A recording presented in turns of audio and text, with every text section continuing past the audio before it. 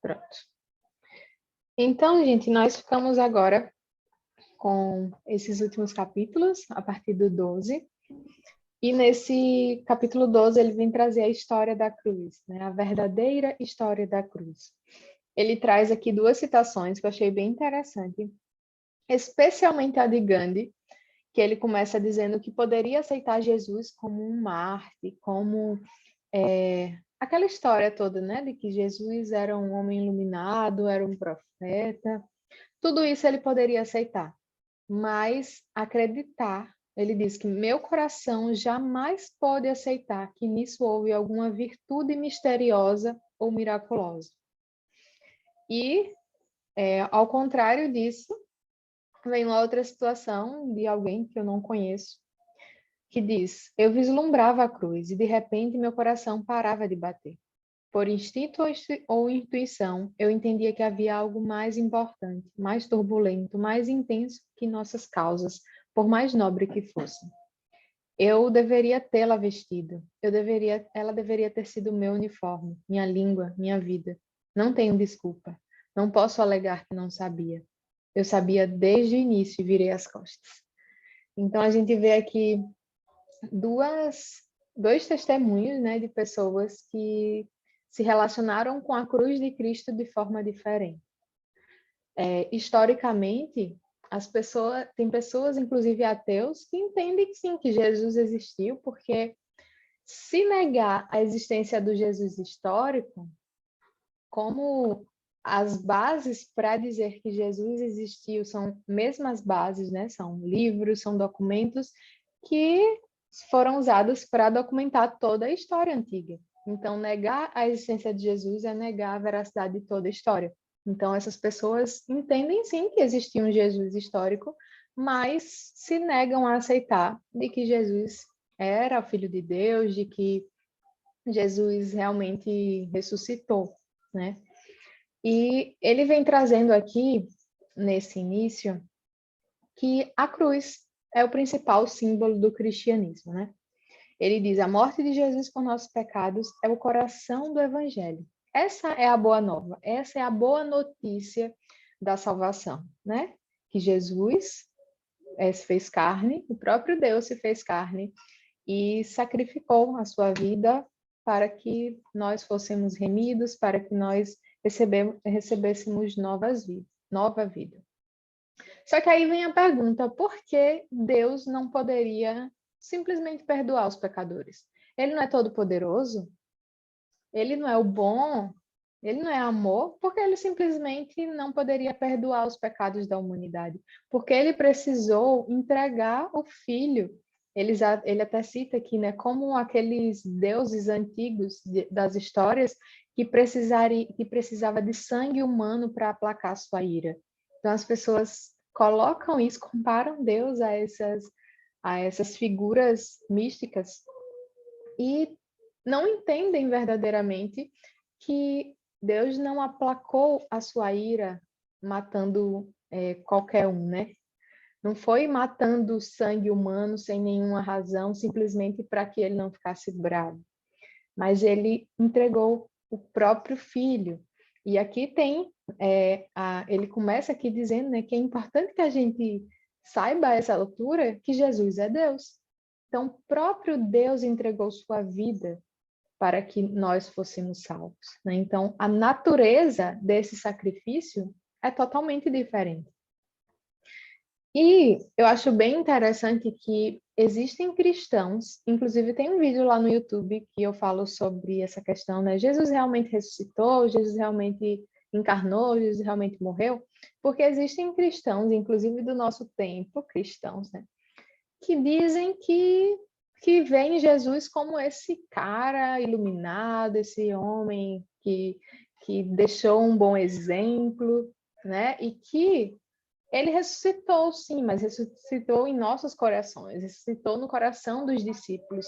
Por isso que a sua mensagem perdurou tanto tempo, né? E isso é meio tosco de ver como as pessoas conseguem acreditar nisso. E o Tim Keller vem trabalhar essa questão, né? Sobre, rapaz, aquelas pessoas deram suas vidas pela mensagem do Evangelho. muitas delas foram mortas por afirmar que Jesus ressuscitou, que Jesus é o Filho de Deus, que Jesus era o Messias encarnado. E elas perderam suas vidas, então que espécie de gente seria essa de inventar uma mentira baseada em um sentimento, né? Iriam entregar suas próprias vidas? Será que houve um surto coletivo? Enfim, então ele vem trazer essas questões aqui nesse capítulo. E aí ele vem trazer, né? Ele vem explicar por que então Jesus realmente teve que morrer, porque Deus entregou Jesus Cristo. E aí ele traz que a primeira razão é que o perdão genuíno é onerosamente doloso. Ele traz aqui alguns exemplos, né? Mas basicamente ele queria dizer que o perdão, para que alguém perdoe uma outra pessoa, vai ter dor envolvida, né? Quando alguém nos machuca, quando alguém nos maltrata, nos humilha, e a gente libera perdão para essa pessoa, não é algo que é simplesmente só estralar o dedo ou só apertar um botão. Existe dor envolvida no processo. Então, ele vem trazer justamente isso. E ele diz, ó, vocês têm duas opções para fazer com que o culpado pague, entre aspas, né? Uma é você tentar fazer justiça com suas próprias mãos. É você tentar se vingar. E a outra é você perdoar, né? Só que não é, como eu falei, não é simplesmente apertar um botão, né? Ele diz que arcamos com a dívida, assumimos por completo o ônus em lugar de cobrá-lo do outro. Dói imensamente. Muita gente diria que é uma espécie de morte. Então, a gente vai simplesmente fazer com que aquela pessoa não seja punida com as nossas próprias mãos, né? A gente vai perdoar, mas essa dor continua do lado de cá. E é um trabalho, a gente sabe que é o Senhor quem vai trabalhando em nosso coração. E ele até fala aqui, deixa eu ver onde é que ele fala, que aqui na página 220, o perdão precisa ser dado antes de ser sentido. Porque, né, uma atitude de entender que nós fomos perdoados por Cristo e então nós perdoamos, né? Nós somos tão pecadores quanto aquela pessoa que nos ofendeu. Então, o exemplo de Cristo nos traz essa obrigação, essa necessidade de liberar perdão. E aí, só que aí ele traz a questão da confrontação dos culpados. Só que a gente precisa perdoar primeiro. Porque quando a gente confronta o pecado de alguém que a gente tem mágoa, que a gente ainda tem uma ira ali, a gente vai fazer aquilo pelas motivações erradas. Então ele diz aqui, né? Apenas se você buscar primeiro o perdão interior, a confrontação será sóbria, sábia e amorosa. Apenas quando você tiver se livrado da necessidade de ver o outro sofrer, surgirá a possibilidade de promover mudança, reconciliação e cura. Você precisará se sujeitar ao sofrimento oneroso e à morte causados pelo perdão para que haja ressurreição. Então, de fato, ele traz aqui essa questão do perdão. Primeiro, ele mostra o perdão humano como é sim doloroso. E então, ele traz a questão do perdão de Deus, né? Página 122. A questão é, será que Deus não poderia simplesmente nos perdoar, né? E aí ele traz de novo essa questão. A gente sabe agora que ninguém simplesmente perdoa, existe uma dor no processo. Perdoar significa arcar com o custo em vez de obrigar o culpado a assumi-lo, de modo que se possa oferecer amor para tentar restaurar e mudar o inimigo. Aí ele diz, né? Então, será que deveria nos surpreender o fato de Deus, tendo decidido nos perdoar, em vez de nos punir por todas as vezes que o ofendemos e prejudicamos uns aos outros, ter ido para a cruz na pessoa de Jesus Cristo para morrer?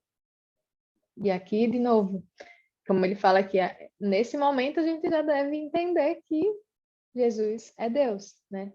Então, o próprio Deus se fez carne, habitou entre nós, sofreu, padeceu na cruz e ressuscitou. Então, o nosso perdão, o perdão humano, é uma forma de refletir o perdão de Deus, né? Por isso que tem dor envolvida, né? A gente é algo que está ligado, sim. E aqui ele traz essa questão, né? Deus não infligiu o sofrimento a outrem, mas pelo contrário, na cruz, o próprio Deus arcou com a dor, a violência e o mal do mundo. Mais embaixo ele vai dizer: a cruz não é meramente um exemplo belo de amor sacrificial. Desperdiçar a vida à toa não é admirável, é errado. A morte de Jesus só é um bom exemplo se tiver sido mais que um exemplo, se tiver sido algo absolutamente necessário para nos salvar. E foi. Por que Jesus teve que morrer para nos perdoar? Havia uma dívida a ser paga. O próprio Deus a pagou. Havia um castigo a suportar. O próprio Deus o suportou. O perdão é sempre uma forma de sofrimento oneroso. E o perdão de Deus, né? É quem pagou essa onerosidade. Nem sei se existe.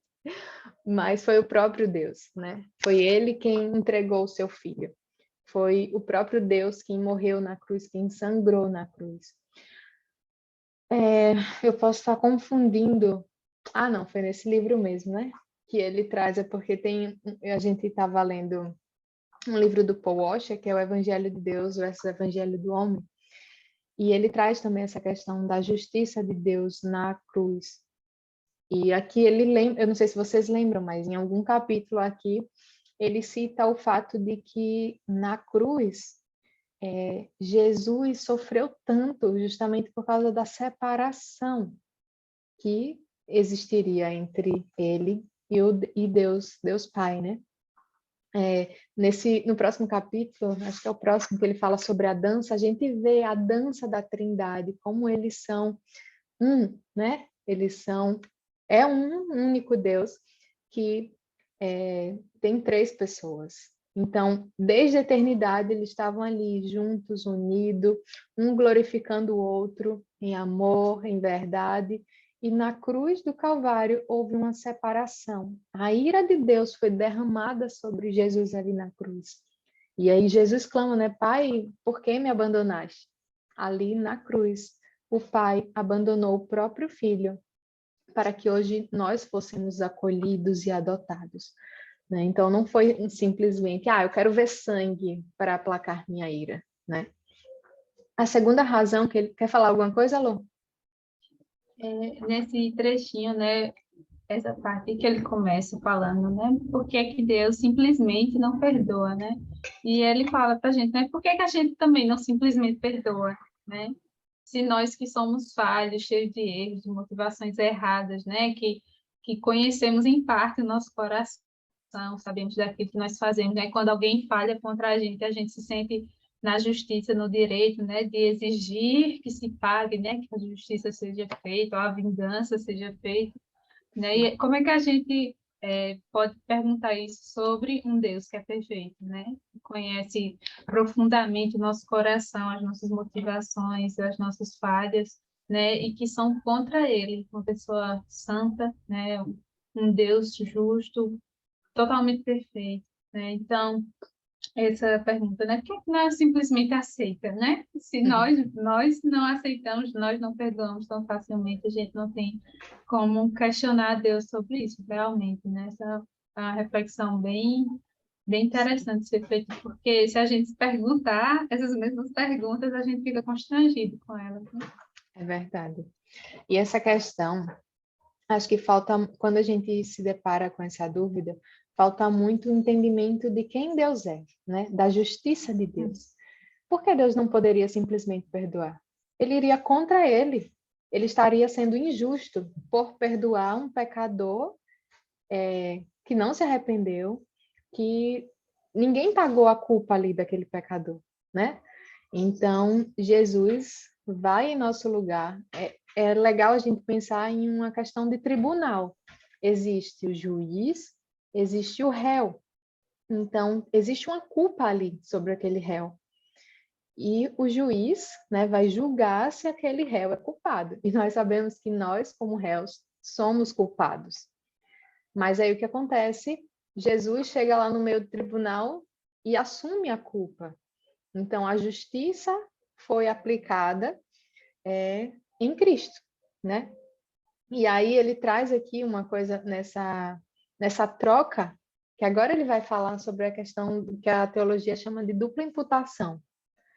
Os nossos pecados foram colocados, imputados em Jesus Cristo, ali na cruz, ele pagou pelos nossos pecados, e a justiça perfeita dele foi colocada sobre nós. Porque não poderia ser um sacerdote lá?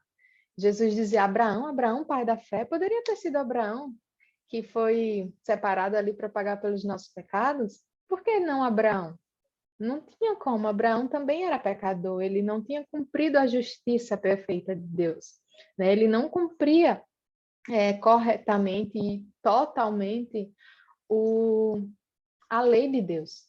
Precisaria ter sido alguém que conseguisse cumprir perfeitamente a lei de Deus. É por isso que Jesus diz, olha, eu não vim anular a lei, eu vim cumprir. E ele cumpriu perfeitamente. Então, ele é o sacrifício perfeito. Gente, só um momento, rapidinho.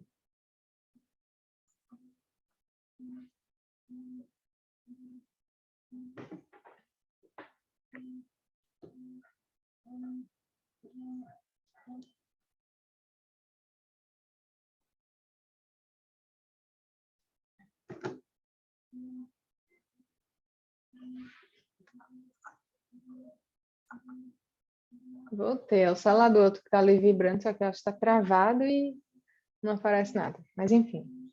Então, a segunda razão é que o amor verdadeiro é uma troca pessoal. E aqui ele vai trazer o ponto de que o amor exige doação. Ele traz aqui, né, diz que um preleitor lá na década de 90 disse que acho que precisamos em absoluto de uma teoria da expiação, ou acho que não precisamos em absoluto de uma teoria da expiação. Acho que não precisamos de gente pendurada em cruzes com sangue pingando e cenas tétricas. Por que não nos concentramos em ensinar o quanto Deus é um Deus de amor?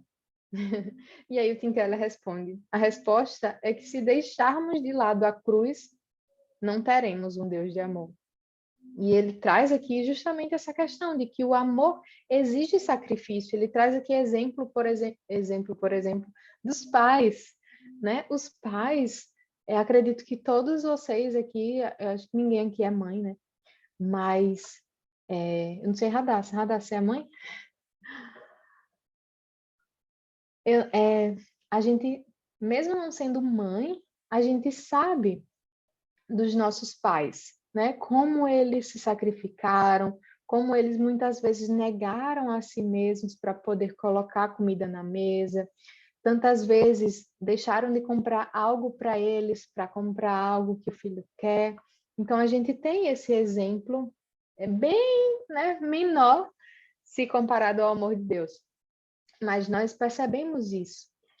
Um amor de um marido com a mulher exige doação, exige momentos de negação do eu, né? Na verdade, é diariamente a negação do eu, né? Então, a gente vê que esse amor verdadeiro, como ele fala aqui, é uma troca pessoal. E ele fala aqui que todo amor transformador dirigido a indivíduos com necessidades sérias é um sacrifício de transferência. E aí ele cita o John Stott, que diz: a essência do pecado está em nós, seres humanos, nos colocarmos no lugar de Deus, ao passo que a essência da salvação está em Deus, se colocar em nosso lugar. Nós nos colocamos onde só Deus merece estar. Deus se coloca onde merecemos estar. Então, essa troca, né? O Senhor Jesus, ele estava ali na cruz, onde só a gente merecia estar, porque somos nós pecadores, fomos nós que nos rebelamos contra Deus. Mas ele ali, como segundo Adão, ele vai e se sacrifica em nosso lugar. Então, ele estava onde a gente deveria estar. e nós recebemos, a Bíblia diz que nós somos co-herdeiros com Cristo. A herança que era para Cristo, como Filho de Deus, ela também vai ser nos dada, ela também, né, foi transferida para nós em Cristo Jesus. Então, nós estamos em um lugar que nós não merecíamos estar. É puramente pela graça e pela cruz, pelo sacrifício de Jesus Cristo. E aí ele termina, né, aqui essa parte dizendo: se isso é verdade, como Deus poderia ser um Deus de amor se não se envolvesse pessoalmente no sofrimento gerado pela mesma violência, opressão, luto, fraqueza e dor que vivenciamos? A resposta a essa pergunta é dupla. Primeiro, não, ele não poderia ser Deus. Segundo, apenas uma grande religião universal, né, afirma que ele se envolveu. É bem legal que, às vezes, a gente vê pessoas que dizem que Deus é um só, né? Não importa o caminho, né? Não importa o meio que você vai conseguir, mas todos os caminhos vão levar a Deus. E a gente vê que o Evangelho de Cristo, né? A religião cristã, é a única religião, a gente já viu aqui durante o livro, que não é salvação pelas obras, né? É salvação pela graça de Deus, não pelo nosso mérito, mas pelo mérito de Deus. E é a única religião que nós temos um Deus que entrega a própria vida por amor das suas criaturas, né? Dos seus filhos, nesse caso. Então, só o nosso Deus se entregou, vivenciou a dor que deveria ser nossa. Se vocês quiserem falar alguma coisa, viu, gente? Pode falar. Se não quiser abrir aí a câmera, pode falar no bate-papo. Eu só ia relembrar sobre essa questão do cristianismo ser uma religião. O próprio Tim Keller, ele não enxerga dessa forma, né? Sobre o cristianismo não ser exatamente uma religião. É bem interessante, né? Pensar dessa forma. Que não é a questão de regra, de seguir regra. Aí ele cita a questão do legalismo, né? Esse tipo de coisa é bem bacana enxergar dessa outra forma, né? Porque essa é até uma das nossas dificuldades também, né? Dentro de tantas religiões, tantos caminhos, e tentar falar sobre Deus, né? Sobre um relacionamento com Deus, e não sobre siga regras, vá na minha igreja, esse tipo de coisa, né? Porque vai muito além, né? É o interior, né? A transformação é interna, né? De dentro para fora, então enxergar. Quando eu li até o capítulo dele falando sobre isso, eu achei muito, muito interessante, muito bom. Sim. Tem assim, tem a questão da religião que hoje acaba tendo um peso ruim, né? O problema não é o termo religião, até o próprio Tiago lá na Bíblia fala sobre o Evangelho de Cristo como uma religião, né? Mas é totalmente diferente se comparada a outras religiões, né? Então, às vezes, é até mais sábio a gente fazer essa distinção e falar só sobre o Evangelho, né? Que vai totalmente na contramão de todas essas religiões, até nas religiões ocidentais, né? Que sempre tem uma carga de uma responsabilidade e um peso naquilo que a gente faz, né? A nossa justiça, a nossa boas obras, né? E a Bíblia diz que se juntasse toda a nossa justiça, né, não seria nada, é como o trapo de imundícia. Então, existe sim essa separação que é importante fazê-la, né? Se a gente olhar para a religião nesse sentido. Aí aqui no final, né, ele traz a história da cruz e ele traz aqui alguns exemplos de contos e ele traz cadê? Como é o nome?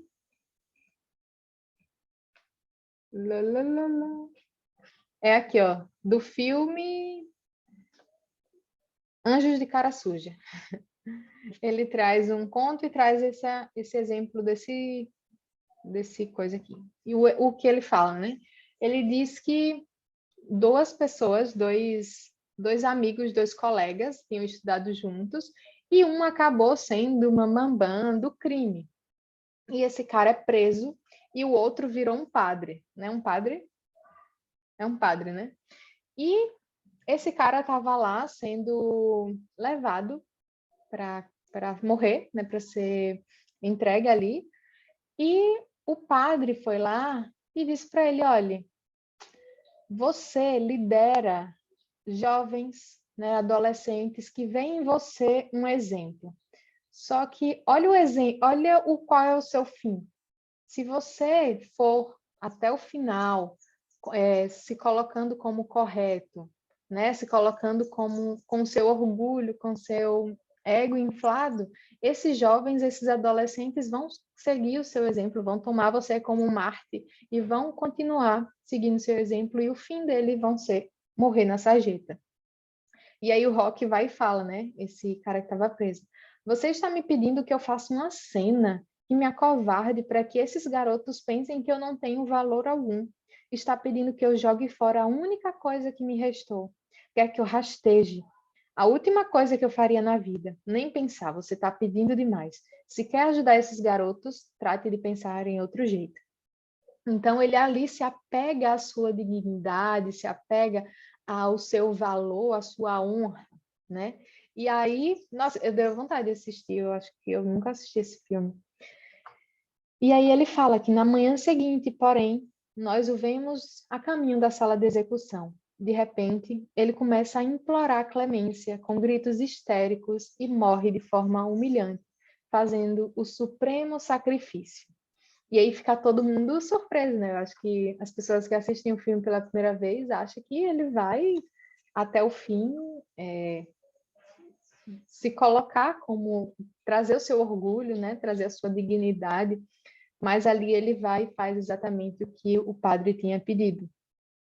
E aí ele fala, né? Quanto a mim, cada vez que assisto ele mexe comigo, me faz querer viver de um jeito diferente.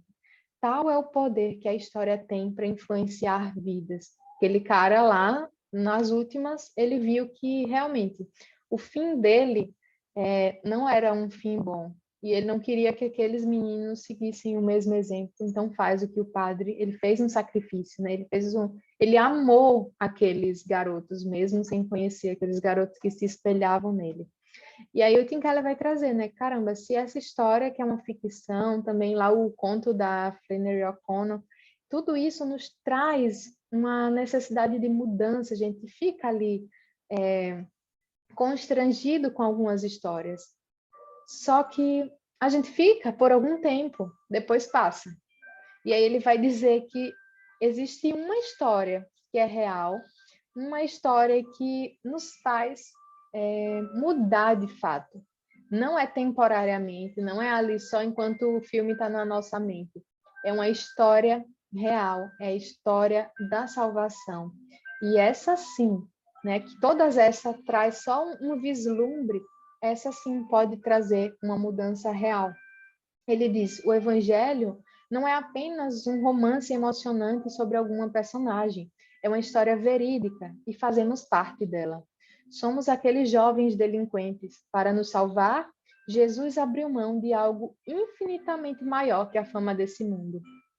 E aí ele diz: o fato de que Jesus tinha de morrer por mim me fez humilde e me libertou do orgulho. O fato de Jesus ter se alegrado em morrer por mim me tranquilizou e me libertou do medo. É a graça de Deus, né? Que alegria nós podemos saber que o Senhor nos chamou, o Senhor nos separou e nos chamou para nos alegrar com Ele, com essa história, com a história de um Deus que se faz carne e sacrifica a sua própria vida por amor a pecadores, por amor àqueles que viraram as costas para ele, por amor àqueles que estavam sujos, mas com o poder do seu sangue, nós fomos limpos, nós fomos sarados, e glória a Deus por isso, né? Não há mérito nosso, não é por as nossas obras, não é por nada que nós façamos, mas unicamente pela graça de Cristo. E é por isso que Cristo morreu na cruz, é por isso que Deus não poderia simplesmente ter perdoado sem nenhuma onerosidade. Aprendi a palavra, pronto. Esse amor nos constrange, exatamente.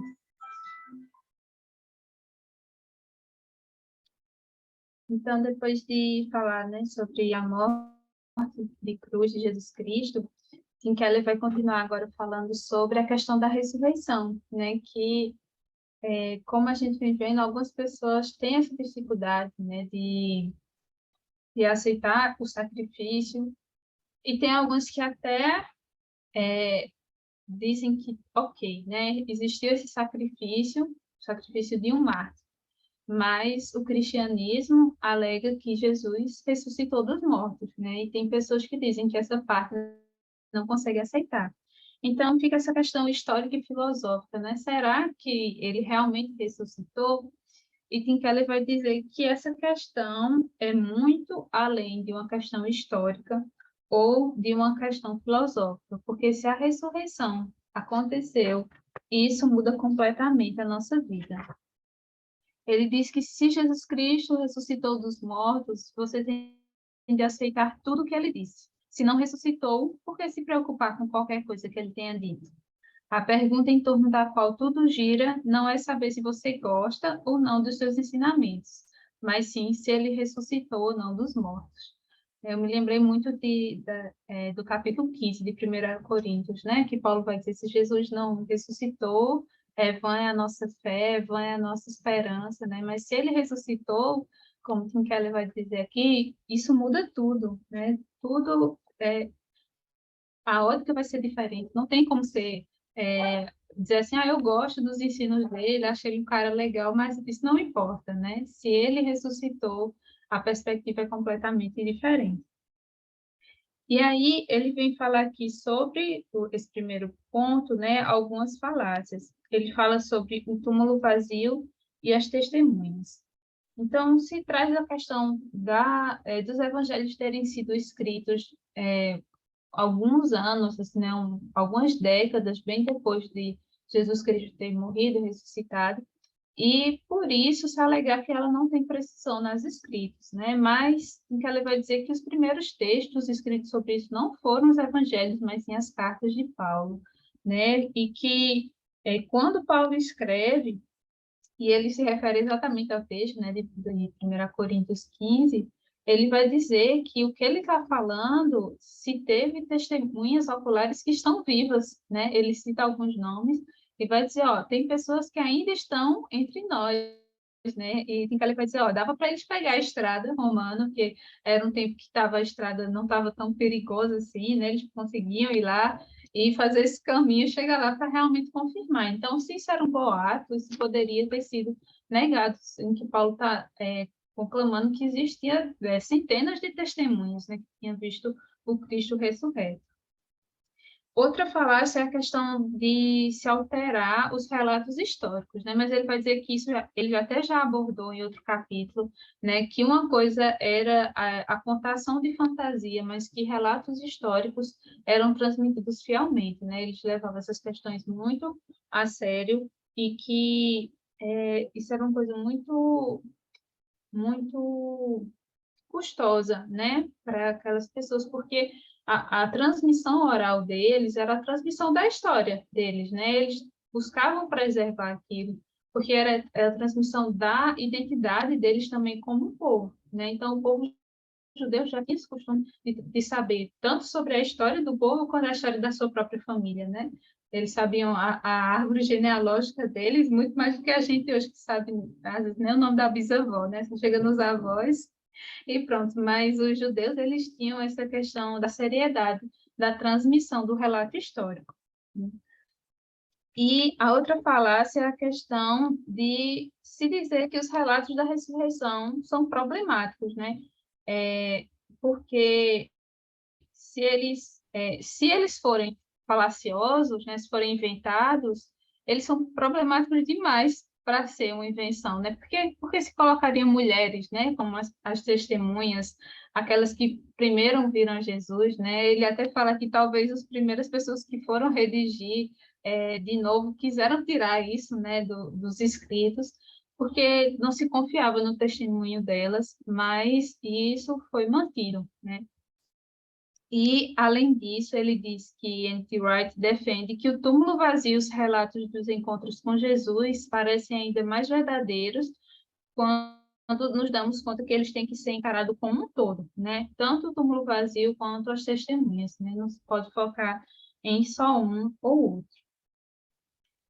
Ele continua trazendo essa questão, né, da ressurreição, nesse tópico da ressurreição e imortalidade, com algumas questões que hoje em dia se questionam, né? Questões que se questionam, como a invenção coletiva, né? Será que não juntou todo mundo para dizer juntos, né? Olha, não, a gente vai dizer aqui que Jesus ressuscitou, combinado, fica entre a gente aqui que Jesus ressuscitou, que a gente viu ele, que Tomé, né, colocou o dedo na ferida, vamos todo mundo inventar isso. Mas ele vai até usar um termo de C.S. Lewis, que é o esnobismo cronológico, né, que é a gente, a partir da nossa perspectiva de hoje em dia, né, cientificista, empírica, que quer provas, achar que o povo de antigamente acreditava em qualquer coisa sobrenatural, mágica, com facilidade, né? Dizer, não, fulano fez um negócio, beleza, um milagre aconteceu. Eles não eram assim tão não céticos, né? Eles precisavam também de algumas coisas que ver para poder crer, né? Tinha coisas que fugiam completamente da cosmovisão dos gregos ou dos judeus e que eles não acreditariam facilmente. E ele vai dizer por que a ressurreição corpórea e individual de Jesus era inconcebível para aquele povo, né? Que naquele momento estava sob a influência, né, do judaísmo, porque eles eram judeus, mas também dos gregos e romanos, porque eles estavam sob o domínio do império. Ele vai falar que para os gregos um retorno à vida reencarnada era bizarro, impensável e impossível, porque para os gregos a matéria é descartável, né? É inferior.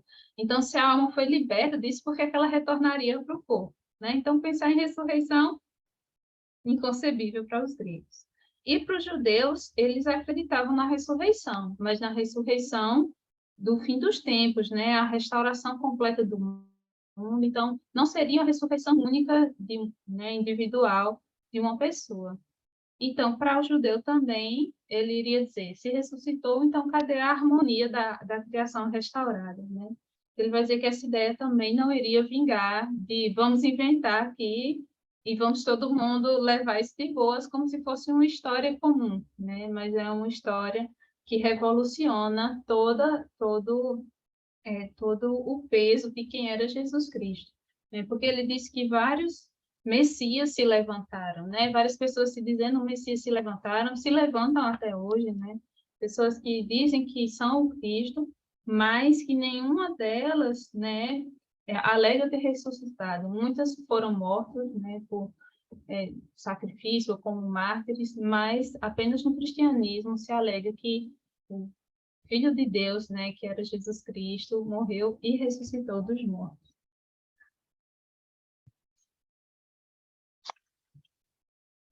Outra questão que ele vai alegar é uma cosmovisão nascendo do dia para a noite, da noite para o dia quase, né?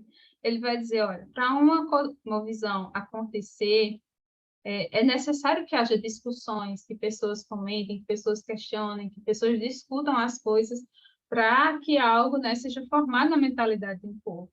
Mas aqui, a visão cristã da ressurreição, ela surgiu já cristalizada imediatamente após a morte de Cristo. Né? Ele vai dizer que isso daí aconteceu e as pessoas já estão contando uns aos outros o que eles tinham visto. Né? Ninguém estava apresentando alternativa plausível, né? Talvez seja isso, talvez seja aquilo, porque estava diante deles. Ele disse que ainda que se sugerisse a ideia altamente improvável de que um ou dois discípulos de Jesus se convenceram sozinhos de que ele havia ressuscitado, eles jamais conseguiriam levar outros judeus a acreditarem nisso, a menos que houvesse múltiplos encontros inexplicáveis, admissíveis e repetidos com o Mestre. Né? Então, isso vai trazer essa mudança, né? E que vai começar a história da igreja, né? Que vem com todas aquelas consequências que a gente já conhece, né? Os mártires, né? As pessoas levando essa afirmação até preço de sangue, né? As pessoas se reunindo, a história sendo espalhada. E como é que se faz para explicar isso, né? A história da igreja, essa história desse espalhado e vem se espalhando, né? Há mais de 2000 anos. Como é que se explica isso? Ele vai dizer aqui no finzinho desse tópico, na página 239, não basta ao cético meramente descartar o ensinamento cristão sobre a ressurreição de Cristo, dizendo, isso simplesmente não pode ter acontecido. Ele precisa responder a todas essas perguntas históricas. Por que o cristianismo surgiu tão repentinamente e com tamanho poder? Nenhum outro grupo de seguidores messiânicos da época jamais concluiu que seu líder ressuscitou dos mortos. Por que esse grupo o fez? Nenhum grupo de judeus jamais adorou um ser humano como se fosse Deus. O que levou esse grupo a agir assim? Os judeus não acreditavam em homens divinos, nem em ressurreição de indivíduos. Como explicar as centenas de testemunhas oculares da ressurreição que continuaram vivas durante décadas e publicamente sustentaram seu testemunho, às vezes dando a vida por aquilo em que criam, né? Então, se é uma questão histórica, né, como se lidar também com essas perguntas históricas, né, que o cristianismo aponta, né? Mas ele vai falar, né, como ele iniciou no capítulo, que isso não é uma questão puramente filosófica ou histórica, mas que traz um desafio.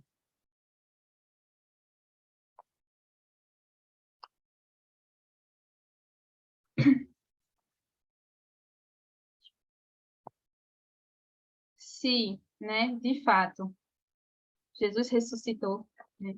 Se de fato isso aconteceu, isso, né, gera uma mudança, isso gera uma transformação. Ele vai dizer que as pessoas achavam a ideia da ressurreição inconcebível, e a única maneira de fazer alguém aceitar a ressurreição naquela época era deixar que as provas desafiassem e alterassem sua cosmovisão, sua concepção do que era possível. Os problemas então enfrentados diante da ideia da ressurreição eram os mesmos de hoje, mas as evidências, os relatos das testemunhas oculares e a mudança na vida dos seguidores de Cristo foram esmagadoras. Todo ano, na Páscoa, em que ele diz, eu prego sobre a ressurreição. Em meu sermão, eu sempre digo a meus amigos céticos secularizados que, mesmo que não consigam acreditar na ressurreição, eles devem desejar que ela seja verídica. Porque se a ressurreição de Jesus realmente aconteceu, existe esperança infinita e motivos de sobra para atender às necessidades do mundo. Se a ressurreição não é verdadeira, nós ficamos desamparados, né? Qual o sentido da vida? Por que estamos aqui? Por que fazer o bem, né? Por que ajudar as pessoas? Mas se ela é verdadeira, né? Se Jesus Cristo realmente ressurgiu dos mortos, o cristianismo se torna uma boa nova para o mundo inteiro, uma boa nova que aquece o nosso coração, justamente porque não se resume a isso. A Páscoa significa que em um mundo onde a injustiça, a violência e a degradação são endêmicas, Deus não está disposto a tolerar tais coisas e que trabalharemos e planejaremos com toda a energia de Deus para implementar a vitória de Jesus sobre tudo isso. Se a ressurreição é verdadeira, a boa nova é verdadeira, né? O evangelho é verdadeiro e tudo aquilo que Jesus Cristo afirma é verdade, né? Então, o preço, né? O preço não, o peso da ressurreição é mais do que um fato histórico, ou mais do que um fato filosófico, mas é um fato que gera uma mudança de vida, né? Sobre a forma como nós enxergamos o mundo, como nós enxergamos a nossa própria vida, né? A forma como a gente vive, aquilo que traz sentido para a nossa existência.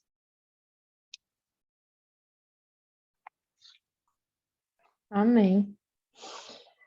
No capítulo 14, ele continua essa conversa, só que agora ele começa a dividir a história, né? A gente sabe que a Bíblia, ela pode ser dividida, na verdade, a história é dividida em 4 atos, né? O momento que Deus criou, o momento da queda, o momento da redenção e, por fim, vai ser quando o Senhor vai restaurar todas as coisas. Então, criação, queda, redenção e restauração.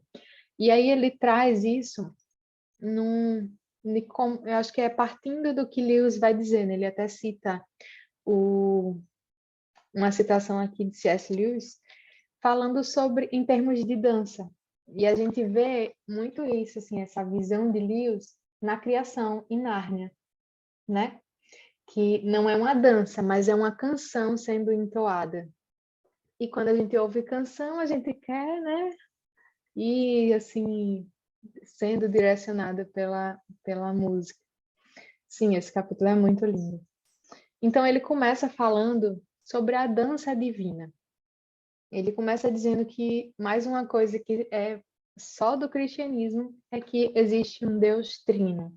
Não é um Deus lá sozinho, né?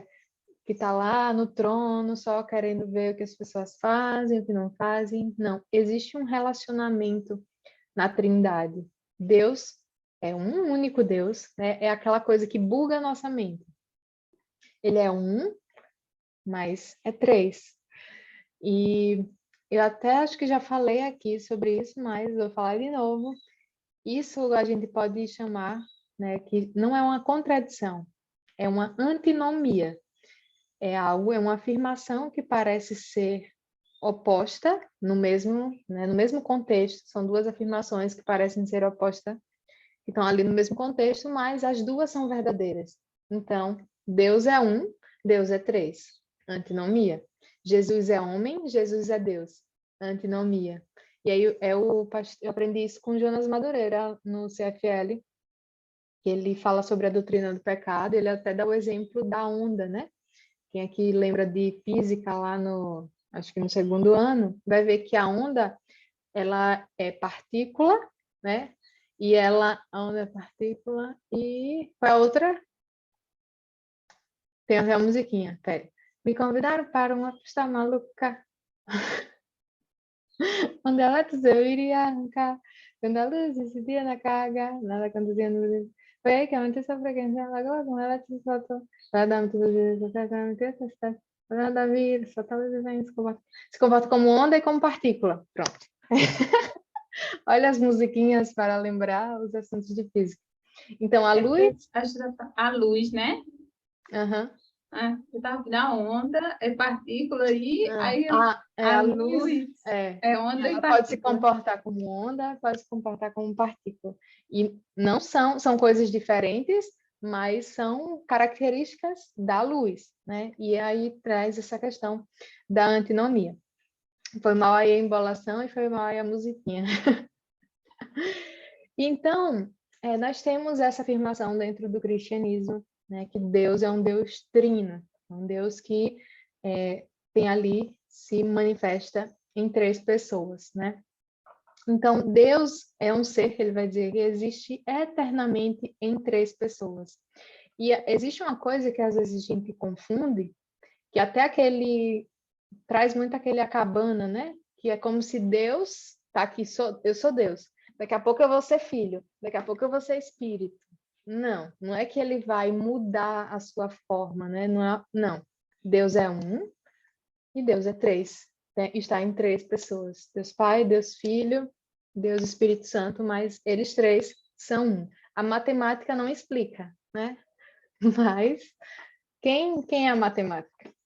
Mas, enfim, então ele traz aqui a questão que a essência da Trindade é o relacionamento. Então, existe um relacionamento ali na Trindade. Deus é um Deus relacional.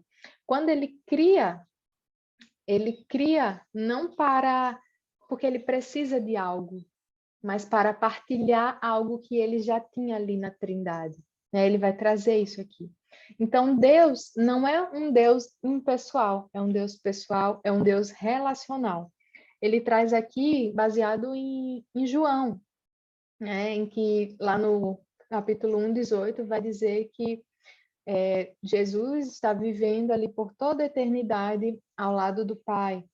Então, mostrando ali amor, intimidade. Depois, no versículo 16, vai dizer que Jesus, o Filho, apresenta o Espírito, que vive para glorificá-lo.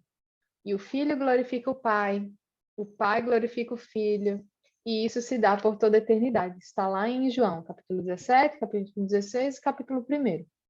Então, existe ali uma relação que eles glorificam um ao outro, né? E aí ele traz aqui uma definição para glorificar. glorificar e louvar, apreciar algo, deleitar-se em alguma coisa ou pessoa. Também significa se submeter, obedecer, servir a pessoa. E aí ele pergunta, né? O que significa, então, o fato de o Pai, o Filho e o Espírito Santo glorificarem uns aos outros? E aí ele vai dizer que existe um amor mútuo ali. A vida da Trindade se caracteriza não pelo egocentrismo, não cada um pensando em si mesmo, mas um amor mútuo ali.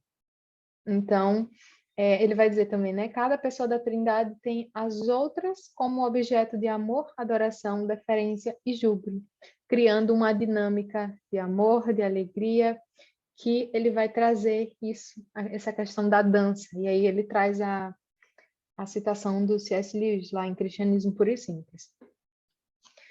E tem também a dança do amor, ele separa isso em danças, né? Então tem a dança da Trindade, a dança divina, eles estão ali se relacionando entre eles desde toda a eternidade para toda a eternidade. E tem também a dança do amor.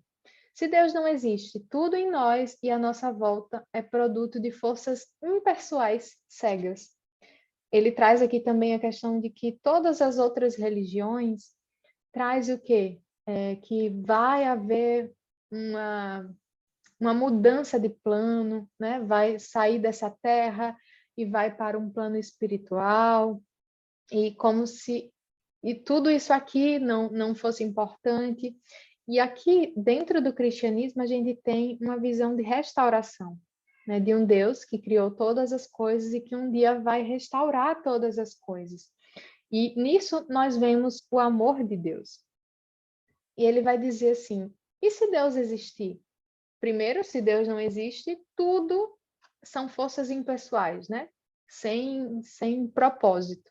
Mas e se Deus existir? E ele vai dizer, se Deus existir, e se ele for trino, não é se ele fosse lá um só lá, sem nenhum propósito, mas se for trino, os relacionamentos de amor na comunidade são a grande fonte no âmago da realidade. E aí Deus tem, no nosso caso, que a gente sabe que é, como essência o amor.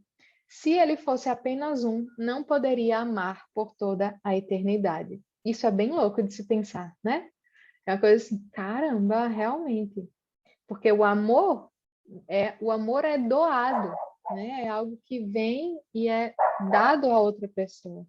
Então, existe ali uma relação de amor, de glorificação ali entre as pessoas da Trindade. E aí ele traz agora o que é que Jesus nos ensinou, né? Jesus vai dizer lá que a gente precisa perder a vida para ganhar.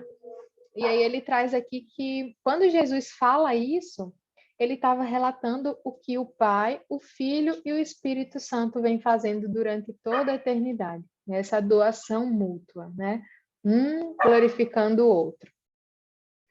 E aí ele fala, cadê? Em vários outros trechos do livro, né, esbocei a impossibilidade de ser plenamente humano para quem recusa o ônus do perdão, a troca substitutiva de amor e as restrições da comunidade. Citei Lewis, que disse que o único lugar além do céu onde inexistem a dor e o sofrimento dos relacionamentos é o inferno. Por quê? Porque, segundo a Bíblia, este mundo não foi criado por um Deus que é apenas um indivíduo, bem como não é a emanação de uma força especial, de uma força impessoal. Acreditamos que o mundo foi criado por Deus, que é uma comunidade de pessoas que têm se amado por toda a eternidade. Você foi feito para dar e receber amor altruísta, dirigido ao outro. O egocentrismo destrói o tecido daquilo que Deus criou. Então, nós vemos aqui que na essência da Trindade existe essa doação, existe esse amor. E tudo isso é mostrado também na criação. Ele traz agora a dança da criação. Ele traz aqui o que Jonathan Edwards disse, que ao refletir sobre o Deus Trino, ele diz que Deus é extremamente feliz. E ele vai dizer, né? Deus é infinitamente feliz porque no âmago do seu ser está o foco no outro, visto que ele não busca a sua própria glória, mas a dos outros. E aí, ele traz aqui uma questão bem legal, que... Cadê? Sobre isso, de que o Senhor nos chama a glorificar a Ele. Então ele não está centrado nele mesmo, né? A gente poderia se perguntar isso. E ele vai dizer que o Senhor faz isso, ele nos fez para a sua glória, mas tudo isso é para o nosso bem, né? É para que nós pudéssemos partilhar essa felicidade que existe ali dentro da Trindade, essa felicidade relacional. Não sei se vocês já pararam para pensar, né? Ele traz aqui justamente essa referência lá de João 17, como é linda a forma que Jesus ora por nós, né? Os discípulos deles que estavam lá e os que haviam de crer.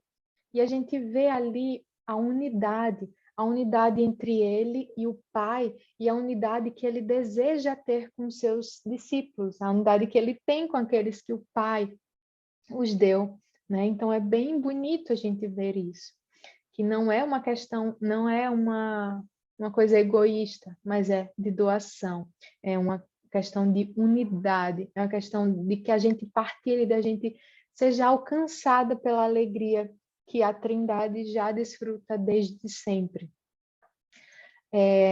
A razão primordial que levou Deus a criar, segundo Edwards, não foi satisfazer alguma carência em si mesmo.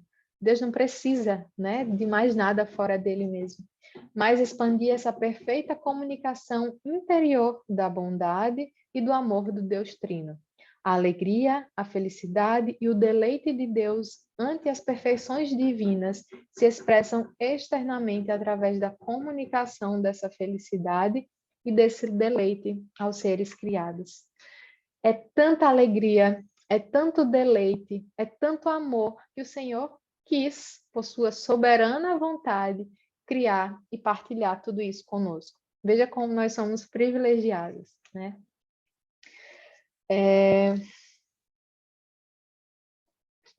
E aí achei bonito que eles fomos feitos para participar da dança, né? Bem legal isso aqui.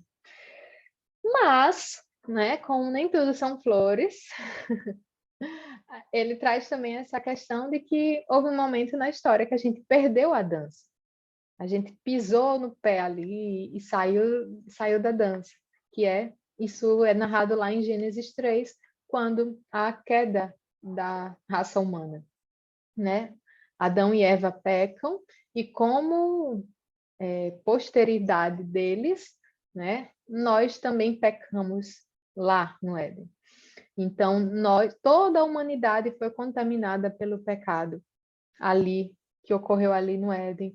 Todos nós, todo mundo sofreu as consequências do pecado ter vindo ao mundo.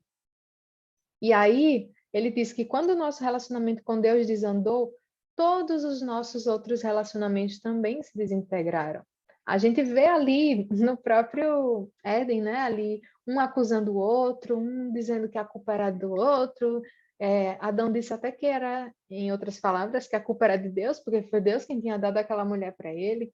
Então a gente vê uma desintegração dos relacionamentos. Então nós perdemos a dança dos relacionamentos felizes, mutuamente doadores. É impossível em um mundo em que todos estão estáticos, tentando fazer todo o resto girar à sua volta.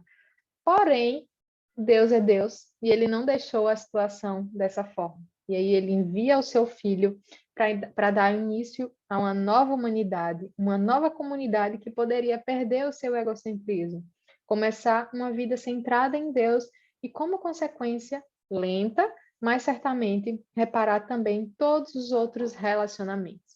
Hoje, por causa de Cristo, porque a comunhão que foi perdida lá no Éden foi resgatada em nome de Jesus e pelo sangue de Jesus, nossos outros relacionamentos também podem ser de formas diferentes, porque nós conhecemos a Cristo, porque o seu Espírito habita em nós e nos capacita e nos direciona, Então, nós podemos viver de forma diferente e o Senhor também está reparando esses relacionamentos, né, através das nossas vidas, né? Então, ele traz aqui de novo a pergunta: por que Jesus morreu por nós? O que ele ganharia com isso? Recordemos que ele já participava de uma comunidade de alegria, glória e amor. Ele não precisava de nós. Então, que benefício ele teve disso? Nenhum, né? O Senhor, em busca de não recebendo nada em troca, né? Nós estávamos lá no lamaçal do pecado, o Senhor vai e nos resgata.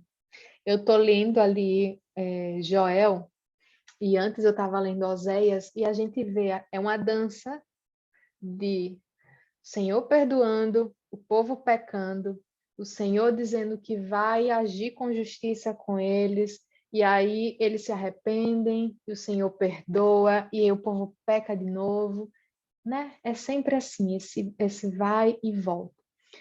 E o Senhor não recebeu nada com isso, né? Mas nós que recebemos tudo, né? Nós recebemos vida, apesar de nós sermos tão inconstantes como esse povo lá. A gente lê a Bíblia e fica com raiva. Poxa, vocês não viram o que Deus fez? Mas a gente é igual. O Senhor tem derramado da sua graça sobre as nossas vidas, e aí quando passa um tempinho, tá lá a gente de novo, incorrendo nos mesmos erros. A gente vai, clama ao Senhor, Ele nos perdoa, né? Nós já somos perdoados em Cristo, mas existe no processo de santificação a necessidade de arrependimento diário. E é nessa dança, nesse tango, né?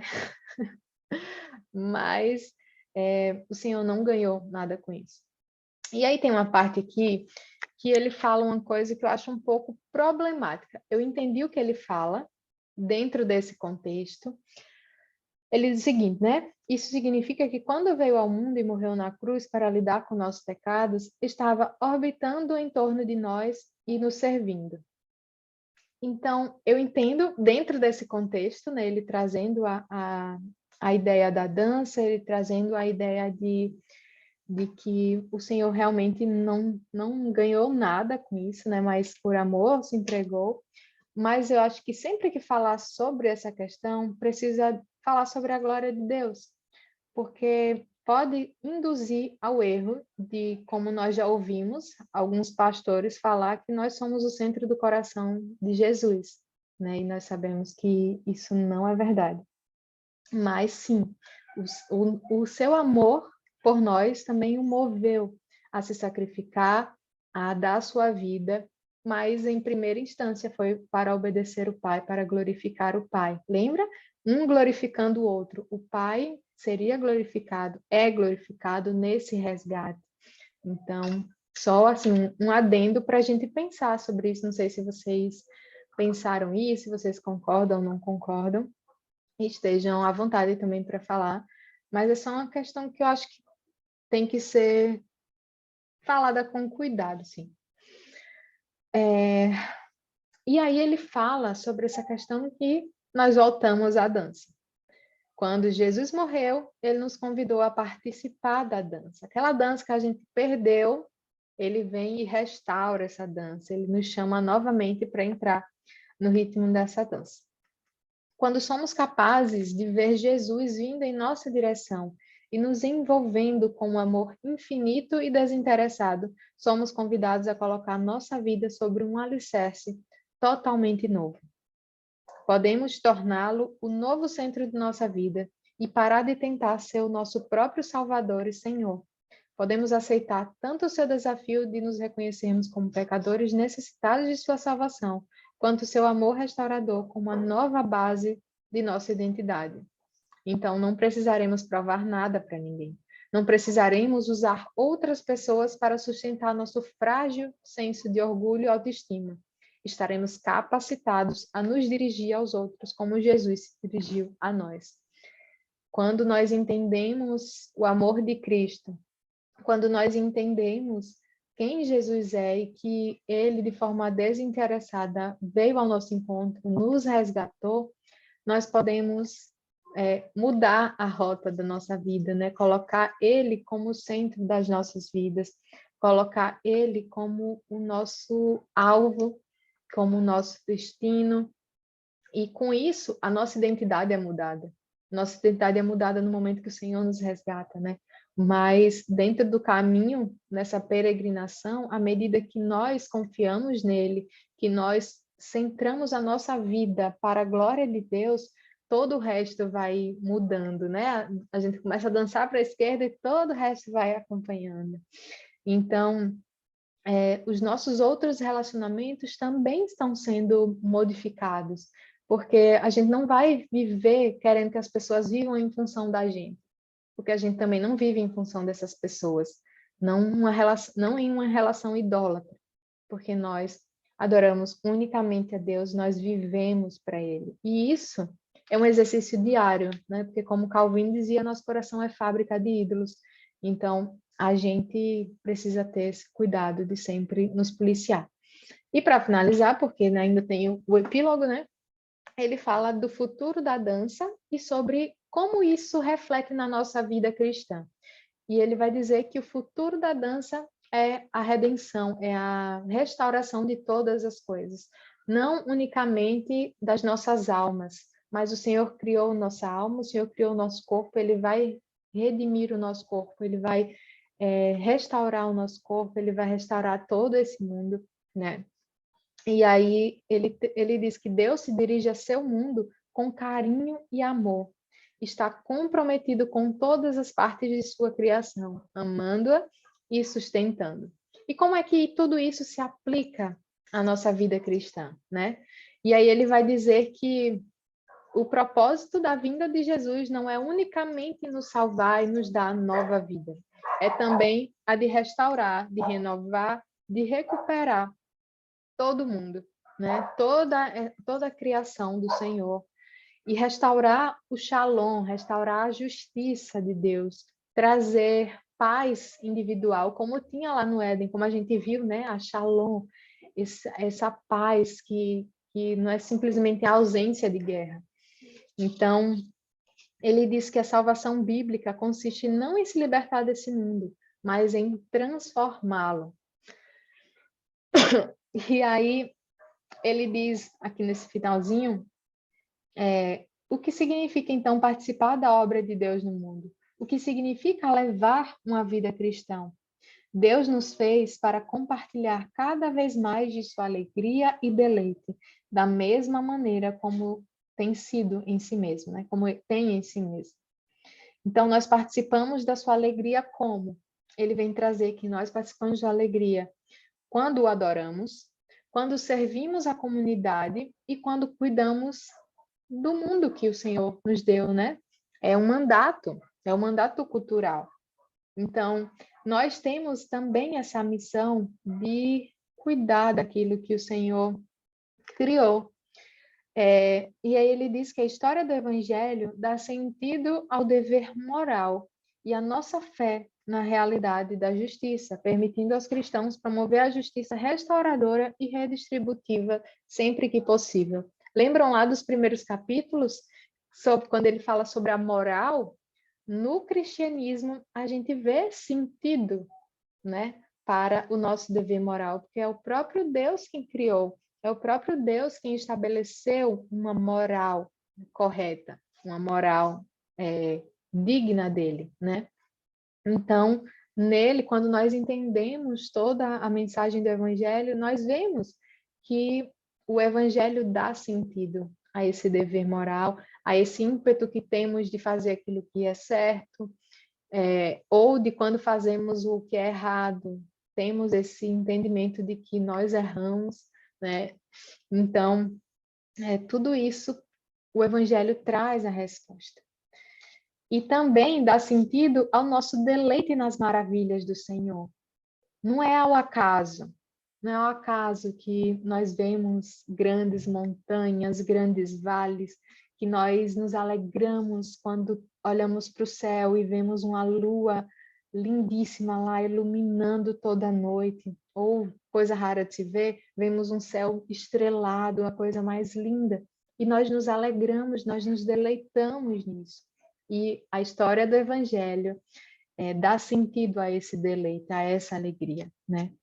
E aí, quando todas as coisas forem consumadas, quando Cristo vier e nós recebermos, né? Quando tudo for restaurado, ele diz aqui, ele cita Lios, né? Na grande batalha, na última batalha, que diz: finalmente daremos início ao primeiro capítulo da grande história, que ninguém na Terra jamais leu, história que prosseguirá para sempre, na qual cada capítulo é melhor que o anterior. Ai, gente, não vemos a hora, né? De um dia nós começarmos essa grande história com o Senhor, sem sofrer, né? Sem...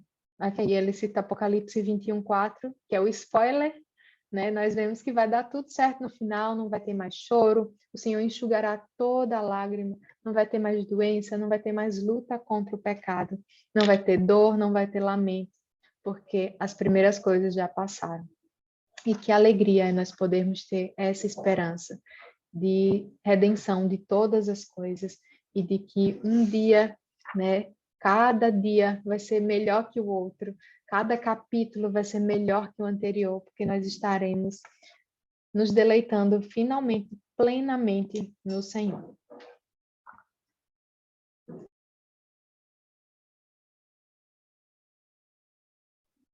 Amém. O epílogo, então, ele vai dar um fechamento mais com esse caráter evangelístico mesmo, né? Para nós que somos cristãs, ele traz algumas reflexões importantes de como nós temos levado, né, a nossa relação com Cristo, como nós temos enxergado a nossa fé. E agora, para onde vamos? Ele traz uma citação de Flannery O'Connor que diz: conhecer a si mesmo é, acima de tudo, conhecer a sua própria carência. É pautar-se pela verdade e não o contrário. E agora, né, depois de tudo isso, depois de toda essa análise das questões que desafiam a fé cristã, das verdades, dos princípios básicos da fé cristã, e se agora você estiver pronto para sondar o que significa colocar a sua fé em Cristo, né? O que fazer? Ele diz que primeiro é importante sondar as motivações, né? Por quê? Você quer Deus para alcançar alguma coisa? Você quer que Deus o sirva, né? Que é algo que a gente vê com muita frequência, né? Pessoas procurando Deus para ter alguma coisa, né? Não por quem Deus é. Claro que quando a gente busca Deus por quem Ele é, a gente também sabe que as bênçãos dele virão sobre nós, mas tem gente que só quer Deus como um meio para obter, né, as bênçãos, para obter coisas. E ele diz que isso é xamanismo, né, uma tentativa de obter controle sobre Deus por meio das suas orações e práticas. Nós precisamos nos dar conta do fato de que nós devemos a vida a Deus em virtude de tudo que Ele já fez por nós. Primeiro, porque Ele é nosso Criador, né? Então só por isso nós já lhe devemos tudo.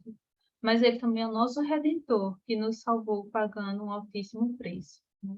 Então, ao avaliar nossas motivações, se, né, nós queremos algo de Deus, a gente precisa ver que, na verdade, Ele já nos deu tudo, né? A gente não tem, nós devemos tudo a Ele. E, em seguida, ele fala sobre avaliar o preço, né? Porque essa escolha, né, de seguir essa fé é uma escolha que ele diz de é tudo ou nada, né? Que ser cristão é ser de Cristo, é transferir para ele a lealdade mais básica, né? Que uma das profissões dos cristãos primórdios era Cristo Kyrios, né? Ou seja, Jesus é o Senhor. Muitas vezes hoje a gente fala isso com tanta, né, assim, sem o peso, né? Sem perceber o peso do que a gente está falando, não se submetendo verdadeiramente ao senhorio de Cristo. Mas ele vai dizer que não tem como seguir Jesus Cristo de uma forma moderada, né? Eu gosto desses ensinos, eu gosto dessas palavras dele, eu acho legal, acho um cara, né, gente boa, um profeta, um mestre interessante, mas eu não aceito outras partes do que ele ensina. E ele diz, não tem como fazer isso, porque ou ele era um maluco, e você não vai seguir um maluco, né, parcialmente, ou ele é verdadeiramente quem ele diz que ele é. E se ele diz quem ele é, você também não tem como seguir parcialmente, né? Você não tem como se submeter a ele e a outro senhor. Então, não adianta dizer que você crê em Jesus, a menos que você permita que isso transforme a sua vida e a sua concepção de todas as coisas. A redenção não tem sentido, salvo se existir uma causa para ela na vida, que efetivamente levamos. Observo do ponto de vista da ortodoxia cristã, isso significa que, para mim, o sentido da vida está centrado em nossa redenção por Cristo, e encaro tudo o que vejo no mundo com base nisto, né? Ou seja, a vida orbitando em torno de Cristo, né? O que a gente diz cristocêntrico, né? Então, os nossos louvores, a nossa adoração, a nossa devoção, a nossa comunhão, ela é centrada na pessoa de Cristo, né? Nós nos amamos porque Ele nos amou primeiro, nós somos irmãos porque nós somos adotados por meio de Cristo, né? Ele se torna o centro, né, da nossa existência, ele se torna tudo o que nós temos. Os cristãos são indivíduos que permitem que a realidade de Jesus modifique tudo o que se diz respeito ao que são, ao que pensam e ao modo como vivem. Então, ele diz que é preciso avaliar isso, né? As motivações e o preço. Mas ele também diz que pode chegar um momento que talvez seja importante fazer um levantamento. Se não estivermos prontos para assumir um compromisso dessa ordem, né, é importante levantar algumas questões. E ele traz aqui algumas orientações bem interessantes sobre questões de conteúdo, questões de coerência e a questão do preço, né, para você fazer uma análise pessoal. Mas ele diz, não confie em sua capacidade de fazer isso sozinho, né, porque qualquer habilidade, como um idioma, fica mais fácil de ser aprendido se estamos em comunidade. Então, ele diz, passe algum tempo em uma igreja cristã, assistindo o culto, fazendo amizade, a fim de conversar com os cristãos e saber como eles lidam com as próprias dúvidas, né?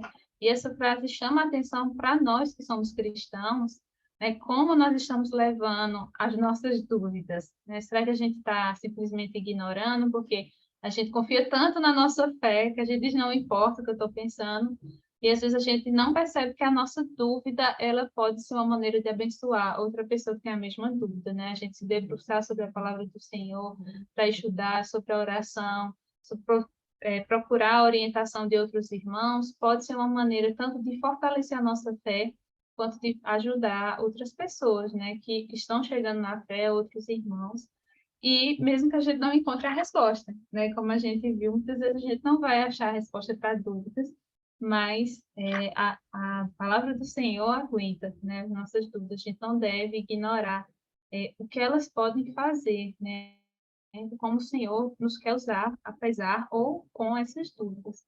Então, muitas vezes as pessoas estão chegando na igreja já com algum contato com a fé cristã. E como ele fala lá na frente, tem gente que já foi batizado, tem gente que cresceu na igreja, se afastou e está voltando, e vem com essas dúvidas e qual é o nosso papel com a igreja, né? Mediante isso, mediante essas pessoas que estão chegando fazendo esse levantamento, como ele colocou aqui. E ele diz, né?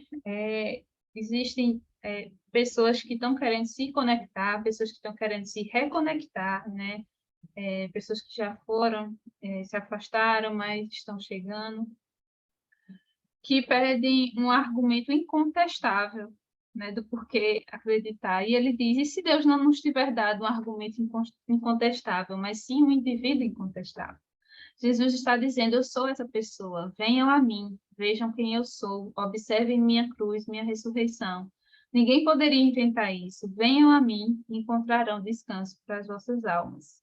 No final, a fé e a certeza crescem à medida que aprendemos mais sobre Jesus, quem ele é e o que ele fez. E se quer se conectar ou reconectar com Deus, ele diz que é preciso duas coisas. Se arrepender, né, que ele diz que esse arrependimento não é o simples arrependimento de práticas erradas ou ajuste de comportamentos errados. Ele vai dizer que é isso também, mas que é muito mais do que isso, né? Que o arrependimento verdadeiro, ele modifica o coração e o nosso relacionamento com Deus, quando a gente reconhece o nosso maior pecado, que é o pecado do projeto de autossalvação, né? Quando a gente está tentando nos salvar sem recorrer ao verdadeiro Salvador, é quando a gente está buscando em outras coisas, né? Seja no trabalho, na família, no dinheiro, a gente está buscando nessas coisas esperança, sentido para a nossa vida e segurança. Ele diz que o arrependimento é isso, né? A gente confessar, reconhecer esse pecado, se arrepender dele, né? E se voltar completamente para Jesus. E a segunda coisa a se fazer é crer em Cristo, né?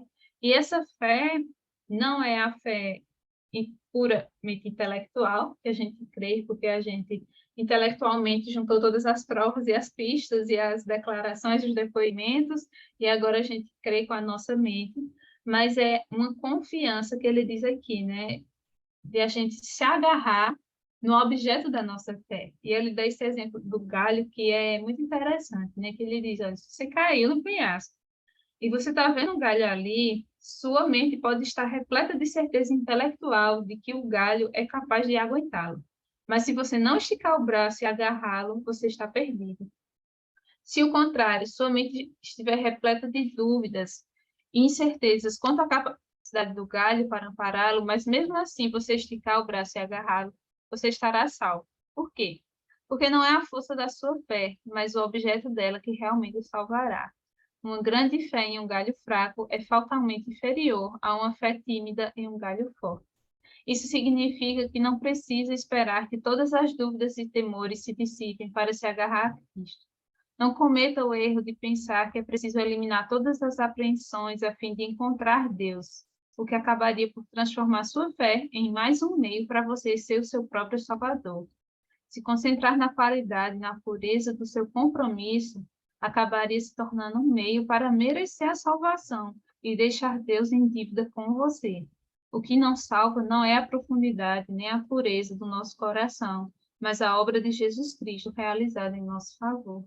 Então, ele diz, a fé começa, né, quando a gente reconhece e rejeita todos os objetos e deuses alternativos em que nós estamos depositando a nossa segurança, a nossa confiança, e nos voltamos para o Pai, pedindo um relacionamento com Ele, baseado no que Jesus fez, e não nos nossos esforços, né, não nas nossas conquistas.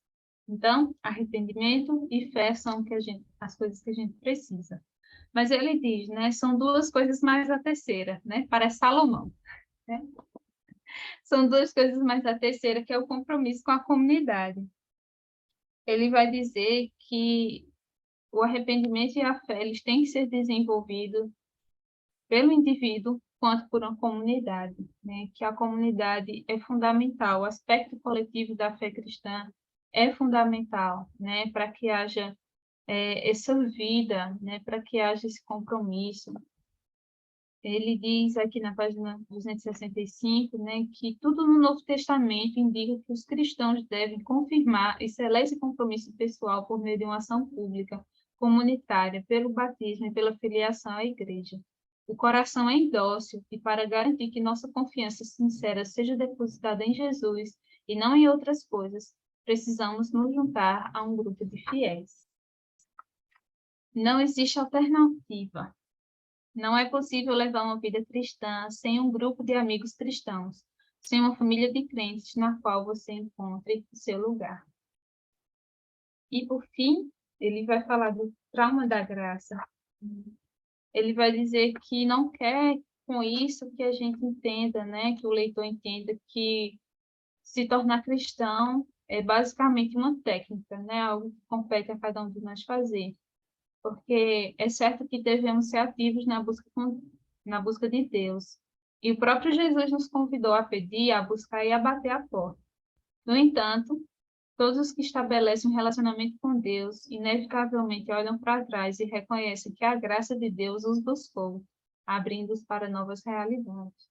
Ele diz, então, né, que por mais que a gente busque, a gente deve reconhecer que a graça veio a nós primeiro.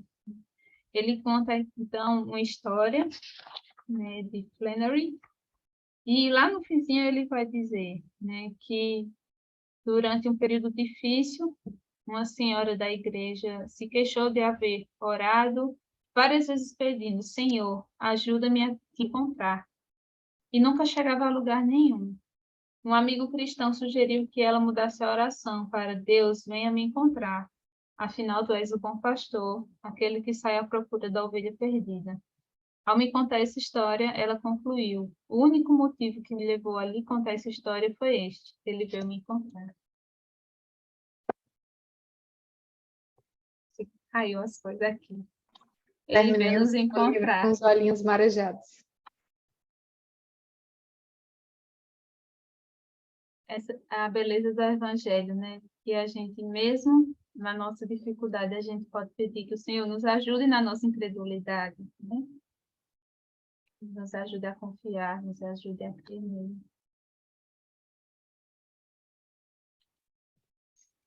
Amém.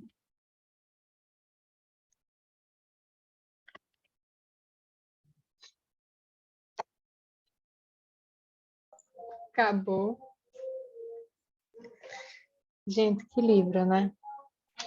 É aquele livro, como diz Jonas Madureira, que a gente não pode passar dessa para outra vida sem ler. Muito, muito bom. Muito bom. Que bom que a gente conversou sobre ele. Que bom que a gente tem tudo gravado, qualquer coisa a gente só volta para assistir. E que bom que tem marcadores de texto que a gente pode voltar para o livro. Livro para ser relido. Exatamente. Eu tô sem os meus marcadorzinhos. Caramba. A Cara, situação aqui foi. muito bom. Eu tenho que comprar esses post-itzinhos, eu tô sem.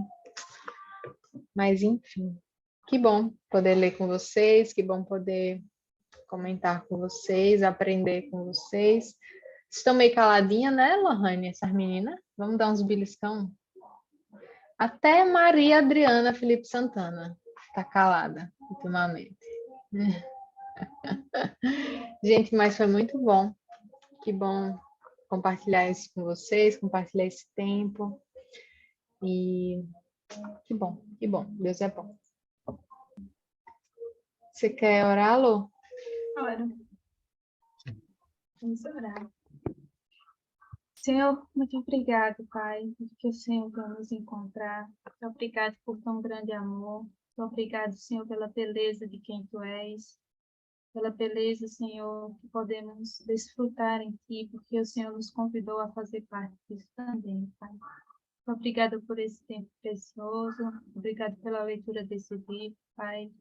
Muito obrigado pelo Evangelho. Nós te agradecemos, Senhor, porque Tu és bom, porque Tu és santo, Tu és justo, e por toda obra, Pai, toda vida e obra de Jesus Cristo, pela morte e ressurreição, e porque podemos aguardar com esperança pela restauração de todas as coisas, Pai. Nós te louvamos e te agradecemos com um coração cheio de alegria, por quem Tu és e pelo que o Senhor fez por cada um de nós. Nos ajuda a viver essa verdade, a viver o Evangelho, a viver o compromisso com Cristo, a viver uma vida que tenha Cristo no centro de todas as coisas, que possamos exclamar com verdade nas nossas palavras, das nossas atitudes, dos nossos sentimentos e do nosso comportamento, que Jesus Cristo é o Senhor, Pai. Nos ajuda também a sermos boa igreja para receber aqueles que têm dúvidas, aqueles que não sabem como crer, aqueles que não entendem, Pai, que possamos ser mensageiras fiéis do Teu Evangelho. Nós te pedimos isso, Pai, confiando em Ti, confiando que o Senhor tem, sabe o melhor para cada um de nós, podemos confiar que o Senhor quer que cresçamos e sejamos felizes, Pai, ao desfrutar da Tua presença gloriosa, que possamos crer nisso, confiar e nos agarrar na obra de Jesus a cada dia. Eu te peço isso no nome do Teu Filho. Amém. Amém, amém. Foto?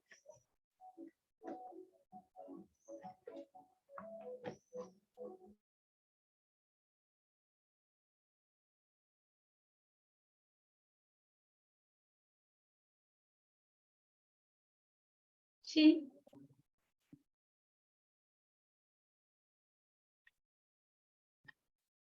E